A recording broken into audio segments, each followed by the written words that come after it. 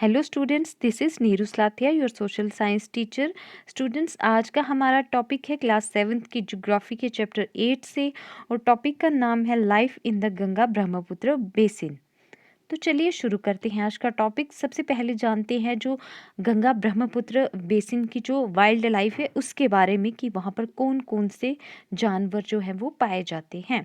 सबसे पहले है students, elephants, tigers, deer and monkeys are common. तो जो वहाँ पर कॉमन एनिमल्स पाए जाते हैं, वाइल्ड एनिमल्स जिसको बोला जाता है, वो है एलिफेंट, टाइगर, डियर और मंकी। ठीक है। The one horned rhinoceros is found in the Brahmaputra plain. तो जो ब्रह्मपुत्र रिवर जो है उसका जो प्लेन एरिया है वहाँ पर क्या पाए जाते हैं, वहाँ पे वन हॉर्न्ड राइनासोर्स। राइनासोर्स होते हैं स्टूडेंट्स, इसको हिंदी में बोला जाता है जो गैंडा होता है। ठीक है। वन हॉर्न्ड हुआ जिसका एक सींग होता है, कुछ दो सींग वाले राइनासोर्स भी होते हैं, लेकिन यहाँ पर कौन सा पाया जाता है, यहाँ पर पाया जाता है वन हॉर्न्ड राइनासोर, जिसके जो फेस पर एक ही हॉर्न होता है, एक सींग होता है। In the delta area Bengal tiger, crocodiles and alligators are found. तो जो स्टूडेंट्स, जो डेल्टा एरिया है ब्रह्मपुत्र बेसिन में, जो डेल्टा एरिया है, डेल्टा एरिया क्या होता है, जैसे जो नदी होती है, नदी क्या होती है, नदी के जो नदी के जो उसको हम बोलते हैं मुहाने पर। ठीक है। जैसे आसपास में समझ लो नदी है, और जो बीच वाला जो एरिया होता है वहाँ पर क्या होता है, वहाँ पर ज़मीन होती है, और वो ज़मीन जो होती है वो काफ़ी उपजाऊ होती है, काफ़ी जो होती है क्रॉप्स के लिए वो बहुत ही अच्छी होती है। तो फर्टाइल सॉइल होती है वहाँ की, तो उसको बोला जाता है, क्या बोला जाता है, उसको डेल्टा बोला जाता है। ठीक है। इन द डेल्टा एरिया जो बंगाल टाइगर है वो पाए जाते हैं, वहाँ पर क्रोकोडाइल होता है वो पाया जाता है, एलिगेटर होता है वो भी वहाँ पर पाया जाता है। ठीक है। The most popular varieties of the fish are the rohu, catla and hilsa. तो ये तीन टाइप की जो फिशेस है, इसकी जो वैरायटी है वो भी कहाँ पे पाई जाती है, वो भी ये जो ब्रह्मपुत्र बेसिन है वहाँ पर पाई जाती है। Fish and rice is the staple diet of the people living in the area.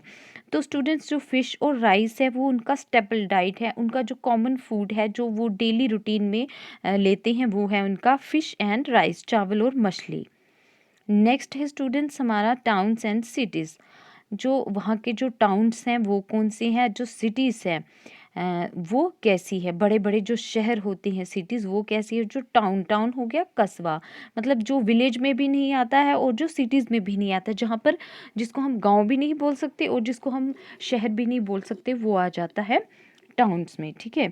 The cities of Allahabad, Kanpur, Varanasi, Lucknow, Patna and Kolkata, all with the population of more than 10 lakhs are located along the river Ganga.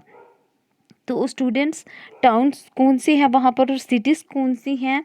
The cities of Allahabad, Kanpur और वाराणसी, लखनऊ, पटना और कोलकाता। यहाँ पर जो population है students वो मोर than 10 lakh है। 10 लाख से ज़्यादा जो आबादी है वो कहाँ पे रहती है, वो इलाहाबाद सिटी में, कानपुर सिटी, वाराणसी, लखनऊ, पटना और कोलकाता यहाँ पे रहती है।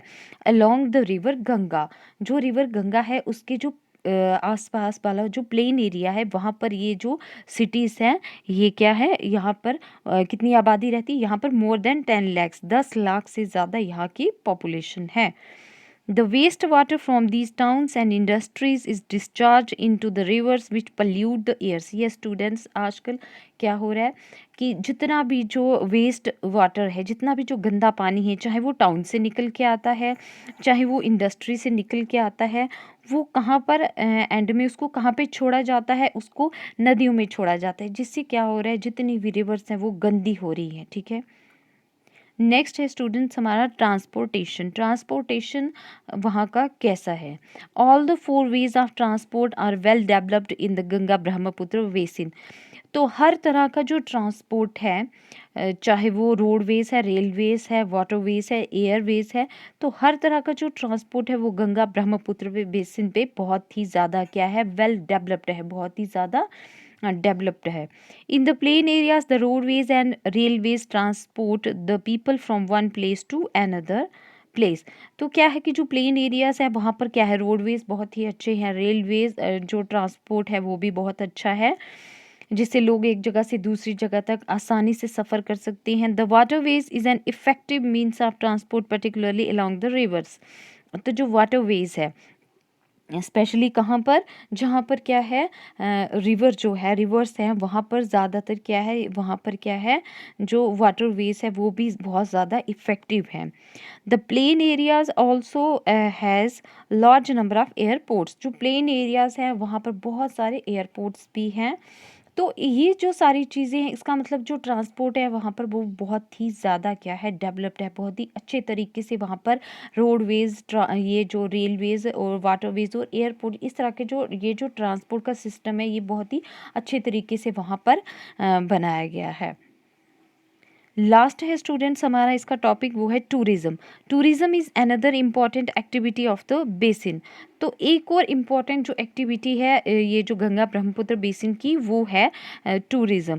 Taj Mahal on the bank of river Yamuna in Agra, Allahabad on the confluence of the river Ganga and Yamuna, Buddhist stupas in Uttar Pradesh and Bihar. तो स्टूडेंट्स ये कुछ नाम हैं, जैसे जो ताजमहल है वो कहाँ पे है, वो यमुना नदी के किनारे आगरा में है, ठीक है।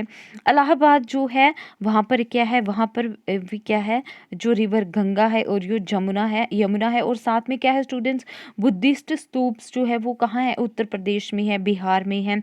लखनऊ में क्या है स्टूडेंट्स, लखनऊ में है इमामबाड़ा। असम में क्या है, Kaziranga, Assam with Kaziranga and Manas with wildlife sanctuaries. ये सारी जो स्टूडेंट्स ये जो जगह है, and Arunachal Pradesh with the distinct tribal culture are some of the places worth a visit.